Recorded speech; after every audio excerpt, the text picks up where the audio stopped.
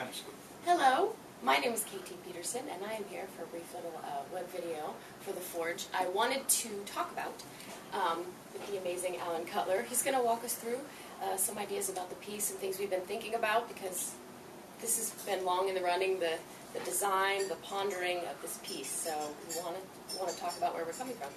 And I'm so excited to talk about the model. But did you, Allen, have anything big and sweeping you wanted to say first? Oh, I don't know. I guess the general idea has been the sense of the inspiration of the cuneiform, which was not the original idea for this, we can get into that later, was that the characters are actually acting on and within the text, the ancient text, in layers and layers through the millennia that they are inhabiting and presenting to the audience. And that's sort of why, at this point, there's not the perfect lines of cuneiform. They're in different directions, and there's lots of them, and they'll be worn down, as we can talk about when we get to that. Yeah, and everything about the stones and the tablets, and the different playwrights having their own feel of everything. That I like that it's not all clean, that everything kind of feels layered. And the whole idea behind the sheer fabric pieces that are stenciled with the cuneiform, so they're sort of like the stones, but they're also ephemeral.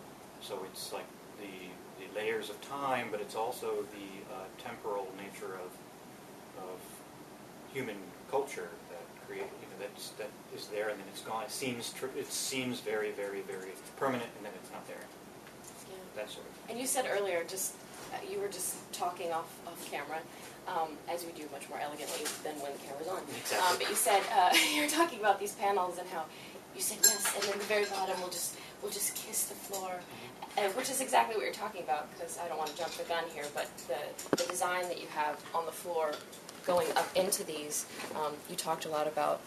Obviously all this text is reaching up. And where did our figure go? And he blew over. He's hiding. He, in scale, whoops, he's about a little over 6 feet tall. So that gives you a sense. In the front here, where the camera is, that is where the audience will be. And the first two risers in the space are on the model. I didn't do the rest of them, just to give a sense of where the playing space is, generally speaking. That's great. And then with these panels, you talked about kind of the Venetian blind, where we're going to have access to They will have rings up the side, and they'll work, as you can sort of see in this sample of the fabric here. Since it's sheer and we realize we're going to see the rings, we decided we're not going to try to hide it.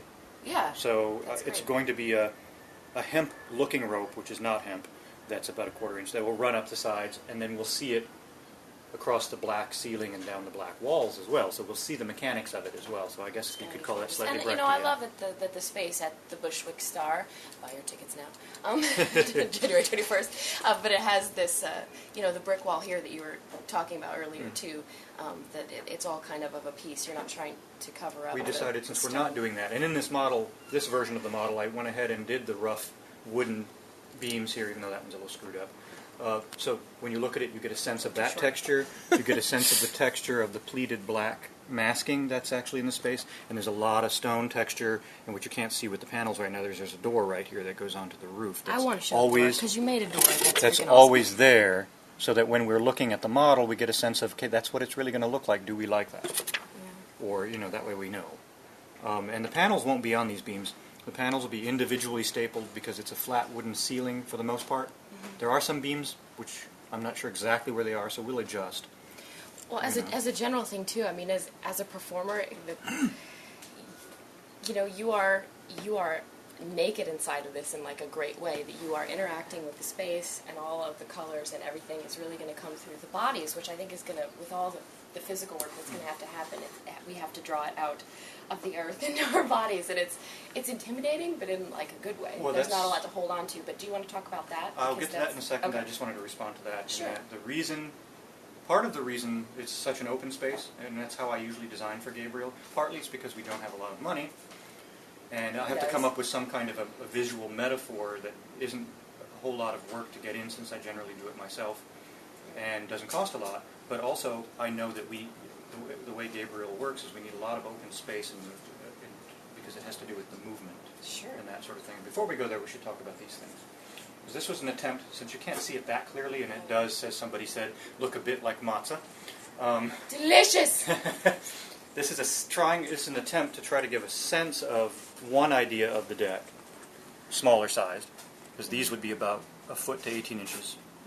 And it's stenciled cuneiform, and I want to use a kind of like a sea sponge, natural sponge, so there can be texture, and I can make it look like they're faded away depending on how I do it.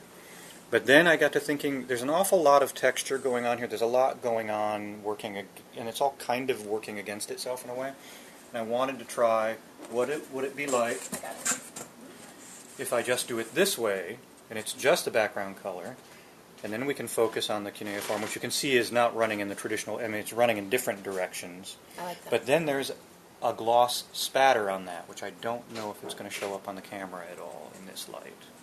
I can see it, camera, and it is glossy. And the great thing about that is it's there and it's not there, depending on what the lights do. It's on this one too. I had done it in Edward.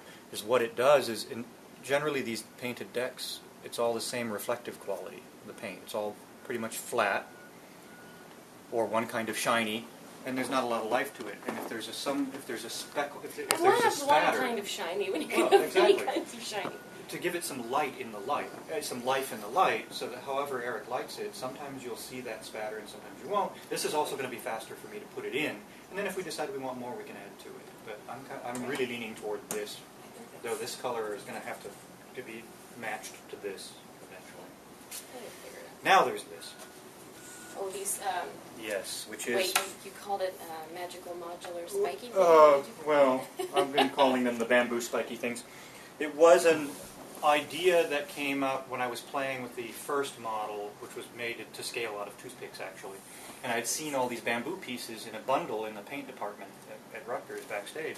And it gave me an idea. I wonder what that would be like. And I made those little things, thinking, well, maybe if we do a forest or something, they could be black. The color probably will change. But if they're black, and they're against the black masking or the black walls, you're not going to notice them so much. And then you turn them away from the black wall, and you've got the contrast of the color of the deck with these, and then they have more, you can see them more. Yeah. And they could be a lot of other things. We could have maybe some removable pieces that then... And it's so light. I mean, this is... Oh, yeah, it's meant so that you can pick it up. Dangerous. Because originally, the original design of these, they were 5 feet. There were 2 of them 5 feet long, and we realized if we broke them in half, we could do more with it. And this one's actually 2 feet. And they could be picked up and moved around, and maybe we can do something with the monsters. And, oh, yeah, exactly. Like, this could be so and many hopefully things. we'll be able to make them so that there can be some removable pieces, so that it's part of the bamboo spiky thing, but then it's also, you pull it out, and it's a weapon, or you pull out, and it's a staff. Or whatever it is. You know, and the bottom, you know, was going to be just plain, but I've added this expanding foam. These are drilled into plywood, but the expanding foam is extra glue, but also a little extra interesting visual texture, make it more interesting visually. And I think I like it cut off straight on the edge. And it pulls it out of the floor a little bit, so it's not just... But, you know, you've also, with a little bit of black, a little bit of shine on there, it's just more interesting to look at. Second kind of shiny. Yes, many shiny, but not glitty, not glitz, no glitz. But this is just, it's... You know, I'm just so excited to work in this space. I think you've done a beautiful job. There's so much potential for rocking. So please, please, please buy your tickets now. There will be more to come. Check it out. Stay on the website, www.theforgenow.com.